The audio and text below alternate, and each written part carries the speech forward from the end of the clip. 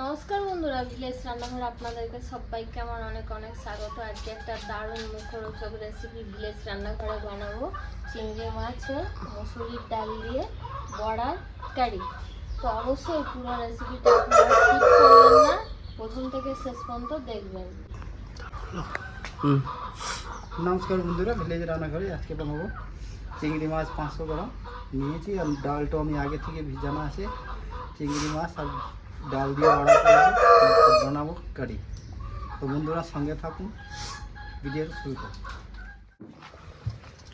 চিংড়ি মাছগুলো ছাড়িয়ে নেবো, পরিষ্কার করে নিই।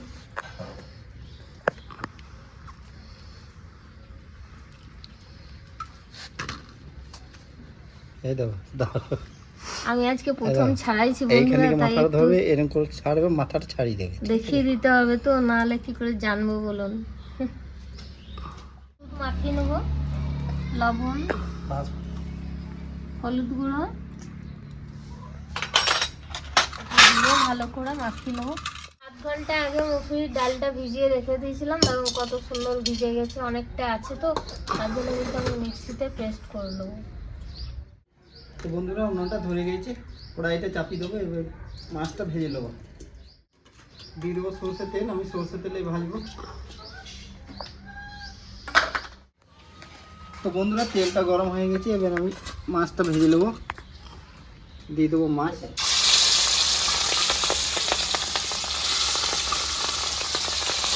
একবারে দিয়ে দেবো।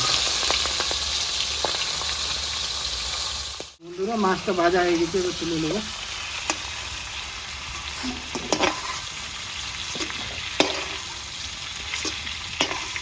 ডাল আর চিংড়ি মাছ আমি একসঙ্গে পেস্ট করব।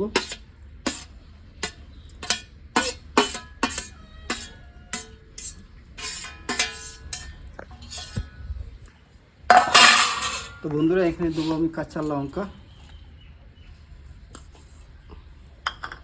আর দিয়ে দেবো কেটে রাখা পেঁয়াজ, সব একসঙ্গে পেস্ট করব।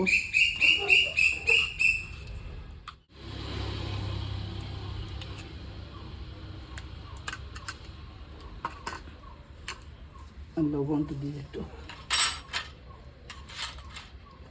তো দেবো বন্ধুরা 1 চামচ লবণ, হলুদ গুঁড়ো পেস্ট করে নিয়ে আসি। এবার ওই তেলেই কিন্তু বড়াটা ভেজে নেব।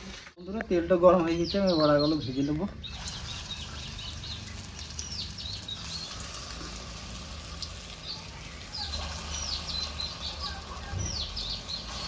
তো বন্ধুরা মসুরি ডাল আর চিংড়ি মাছ দিয়ে বড়াটা হয়ে গেছে আমার রেডি। এবার তুলে নেবো।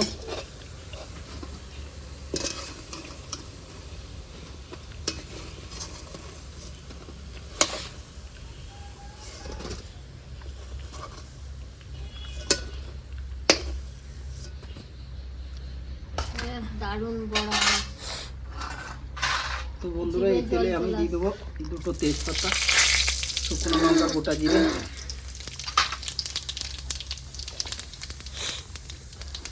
দুটো মিডিয়াম সাইজের পেঁয়াজ বাটা,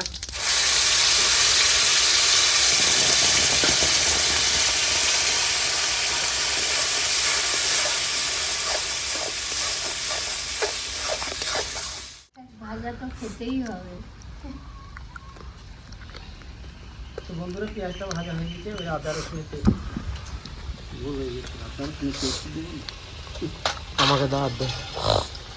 তো বন্ধুরা দিয়ে দেবো আদা রসুন পেস্ট। ভালো লাগে খেতে, দারুণ দারুণ হয়েছে, মচি মচি একদম হয়েছে। একটা দাও দেখাও। ক্যামেরাম্যান বলছি এর আগেও খেয়েছি আমি 3টে। ক্যামেরাম্যান আগেই প্রথমে ভাজতে ভাজতে কিন্তু 3টে খাওয়া হয়ে গেছে, এটা নিয়ে 4টে। দারুণ লাগছে। দুটো রেসিপি, একটা চিংড়ি মাছের পকোড়া করে দিতে হবে। তো বন্ধুরা আদা রসুন দিয়ে 2-3 মিনিট ভালো করে নেড়ে চেড়ে নিয়েছি, কাঁচা গন্ধ চলে গেছে। এবার আমি পরিমাণের মতো দেবো লবণ, দিয়ে দেবো একটু সামান্য একটু হলুদ গুঁড়ো,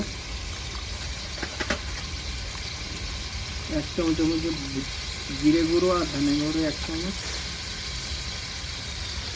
আর দেবো কালারের জন্য লঙ্কা গুঁড়ো। তো বন্ধুরা এবার দিয়ে দেবো দুটো মিডিয়াম সাইজের টমেটো পেস্ট করা আছে, দিয়ে দেবো। তো বন্ধুরা গ্রেভিটা আমার হয়ে গেছে রেডি, দেখুন কত সুন্দর কালার এসেছে, দারুণ কালার এসছে।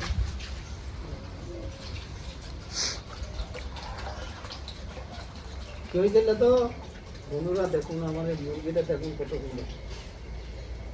কত বড় হয়েছে দেখুন।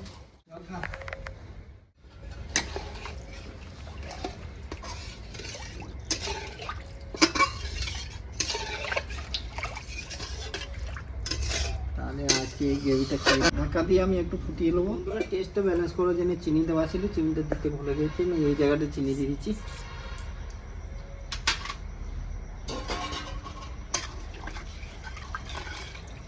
এবার ঢাকা দিয়ে দেবো 5 মিনিট, ফুটে গেলে দেবো বড়াগুলো দিয়ে দেবো।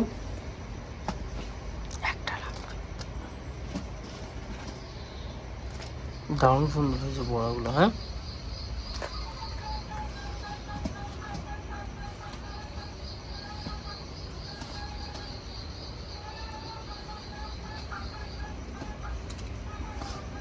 তো বন্ধুরা এগুলো দেবো না, এগুলো ভাজা বলবো ক্যামেরা বন্ধ হচ্ছে। তো বন্ধুরা এবার ঢাকা দিয়ে দেবো 5 মিনিট।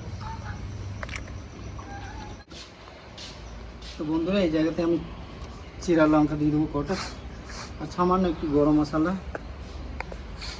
গরম তো এমনি তো প্রচুর পড়েছে, একটু অল্প করে দিলাম।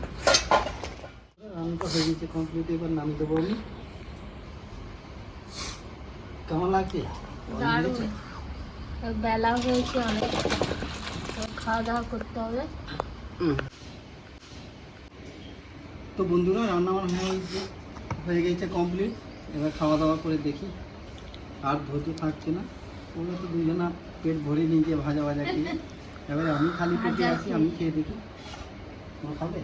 হ্যাঁ, এত ভালো একটা রান্না খেতে হবে না বাস। তো বন্ধুরা পাতলা করে ঝোলই করেছি, যা গরম করেছি, বেশি রিচ করিনি। তার সাথে দুটো করে ভাজা।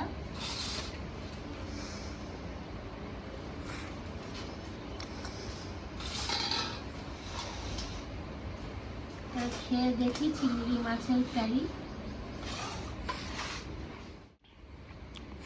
ভাতও গরম, কারিটাও গরম। আমি ভাজাও খেয়ে দেখি আমি। সলিড হয়েছে বন্ধুরা ভাজা। দারুণ।